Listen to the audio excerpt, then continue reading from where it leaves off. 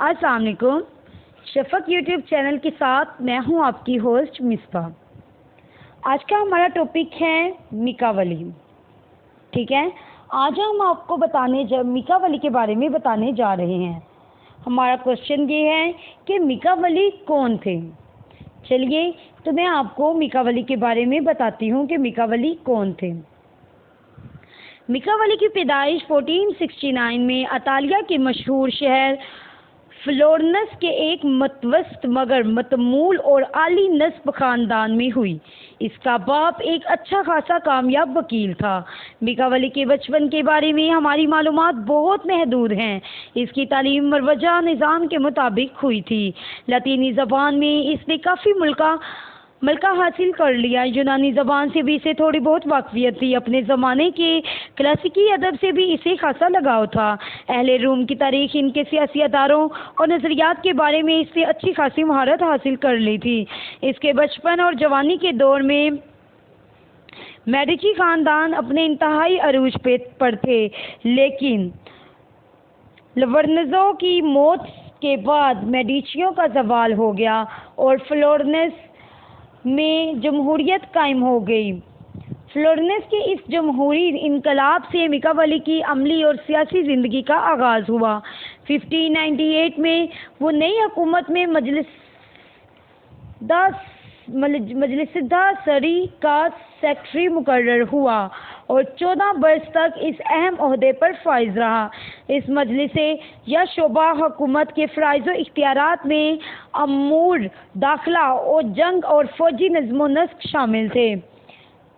وہ فلورنس کے حکمران خاندان سڈرینی کا دوست تھا. خاندان جمہوری حکومت کے قیام کا خواہاں اور میڈیچیوں کی اشرافی حکومت اور ساووناوالا کی انتہا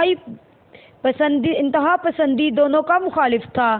اس برسر اقتدار خاندان سے اپنی دوستی اور قریبی تعلقات کے باعث میکا ولی متعدد بار غیر ملکی مذاکرات کے لیے فلورنس کا سفیر چنا گیا.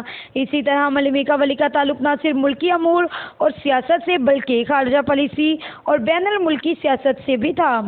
اپنے فرائض منصبی کو بجا لانے کے سلسلے میں اس کے لیے فطری اور لازمی تھا کہ وہ دوسری اطالوی اور غیر اطالوی ریاستوں کی سیاست سے کماں کا واقفیت رکھے تاکہ فلورنس کی آزادی اور اس کے مفاد پر کسی طرف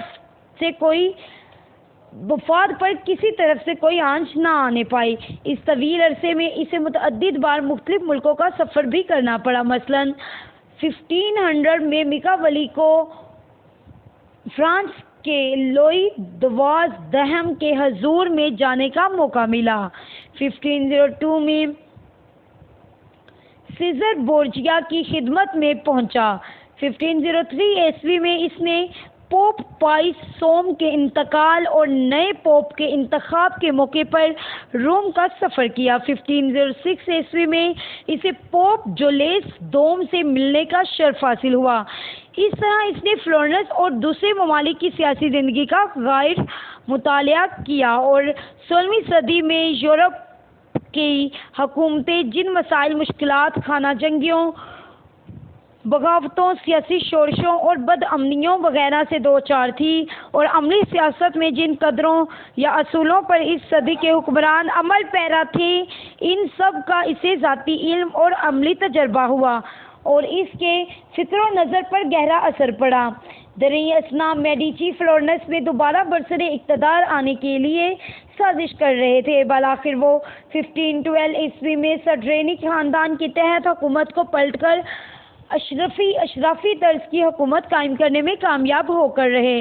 اس انقلاب کے بعد میکا ولی کا خیال تھا کہ وہ اپنے سرکاری عہدے پر بدستور برقرار رہے گا کیونکہ وہ خود کو ایک مستقل شہری ملازم سول سرونٹ تصور کرتا تھا. لیکن میڈیچیوں کو سڈرینی خاندان والوں سے گہرے تعلقات کا بخوبی علم تھا.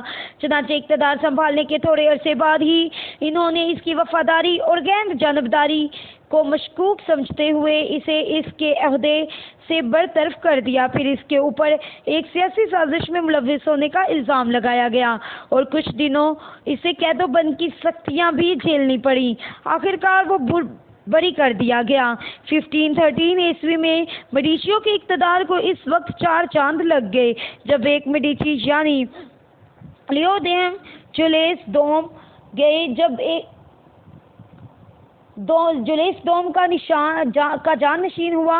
1513 عیسوی سے 1526 عیسوی تک میکاولی نے گوشہ نشینیوں کی زندگی بسر کی اور اس کا فلورنس کی حکومت و سیاست سے کوئی تعلق نہ رہا۔ وہ اپنے حال زار سے بہت کبیدہ خاطر تھا۔ اس نے محسوس کیا کہ اسے دنیا میں بہت کچھ کرنا ہے، لہذا اسے سابق حکمرانوں کے ساتھ دوستی کا خمیازہ نہیں بھگتنا چاہیے۔ اسے اپنی سیاسی جلاوطنی سے اس قدر وفت تھی کہ اس نے اپنے سیاسی عہدے کی بحالی کے لیے انتھک کوشش شروع کر دی اور چاپلوسی اور خوشامد کے ذریعے میڈیچیوں کو اپنی لیاقت اور انتظامی صلاحیت کا قائل کرنے میں لگا رہا۔ ان کوششوں کے ساتھ میکاولی نے وقت گزاری کے لیے ادبی اور علمی مشغلوں کا بھی سہارا لیا۔ دوران ملازمت اس کے ذہن میں ایک ایسی کتاب لکھنے کا خیال پیدا ہوا جس میں وہ سیاسی اقتدار کے حصول اور اس کو برقرار رکھنے کے اصولوں سے بحث کرے۔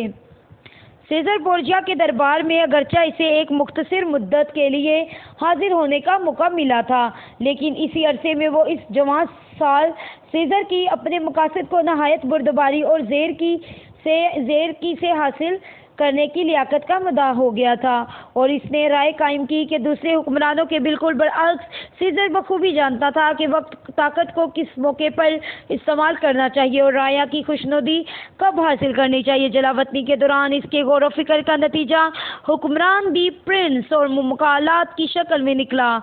ان تصانیف میں اس نے یہ دکھانے کی کوشش کی کہ مختلف حکومتوں کو مختلف سماجی اور اخلاقی حالات کے تحت کس طرح کام کرنا چاہیے۔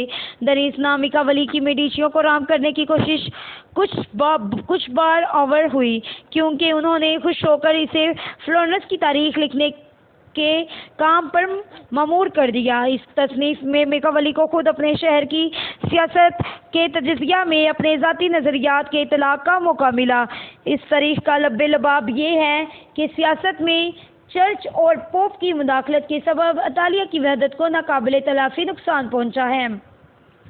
پاپاؤں نے اپنے اقتدار اور اپنی سیاسی مصلحتوں کی خاطر غیر ممالک کو مداخلت کی دعوت دے کر اطالیہ کو سیاسی انتشار اور طوائف الملوکی کی لعنتوں سے دوچار کیا۔ اپنی پوزیشن اور اثرات کو برقرار رکھنے کے لیے وہ اس تحریک اور ہر اس حکمران کے مخالف رہے جس کا نصب العین اطالیہ کا قومی اتحاد اور سیاسی آزادی تھا۔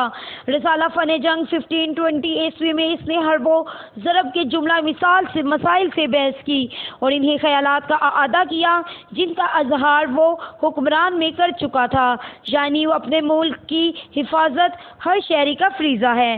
کرائے کی سپاہی بیکار ہوتے ہیں اور خطرناک بھی۔ اس کے علاوہ میکاولی نے مندر اگولا کے عنوان سے ایک منظوم مزاحیہ ڈرامہ بھی سپرد قلم کیا، جس میں 16ویں صدی کے اطالیہ کی سماجی زندگی اور اخلاق و کردار کی خامیوں کا نہایت کامیاب نقشہ پیش کیا گیا۔ 1521 عیسوی میں جب اس نے محسوس کیا کہ میڈیچی اس سے خوش نظر آتے ہیں تو اس نے اس موقع سے پورا فائدہ اٹھایا۔ کارڈنل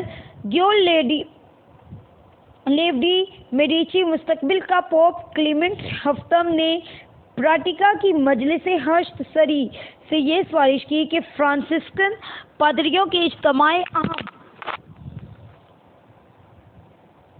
میں سرکاری نمائندے کے طور پر میکاولی کو بھیجا جائے۔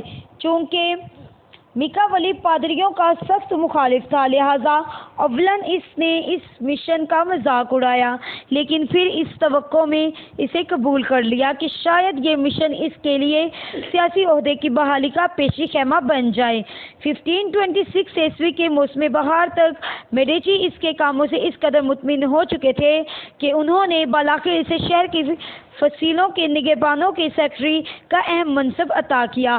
بعد ازاں روم کے ہونے والے سقوط کا فلورنس پر اثر ہوا۔ نئی حکومت نے اس عہدے سے برطرف کر دیا۔ وہ 22 جون 1527 عیسوی کو اس دنیا سے چل بسا۔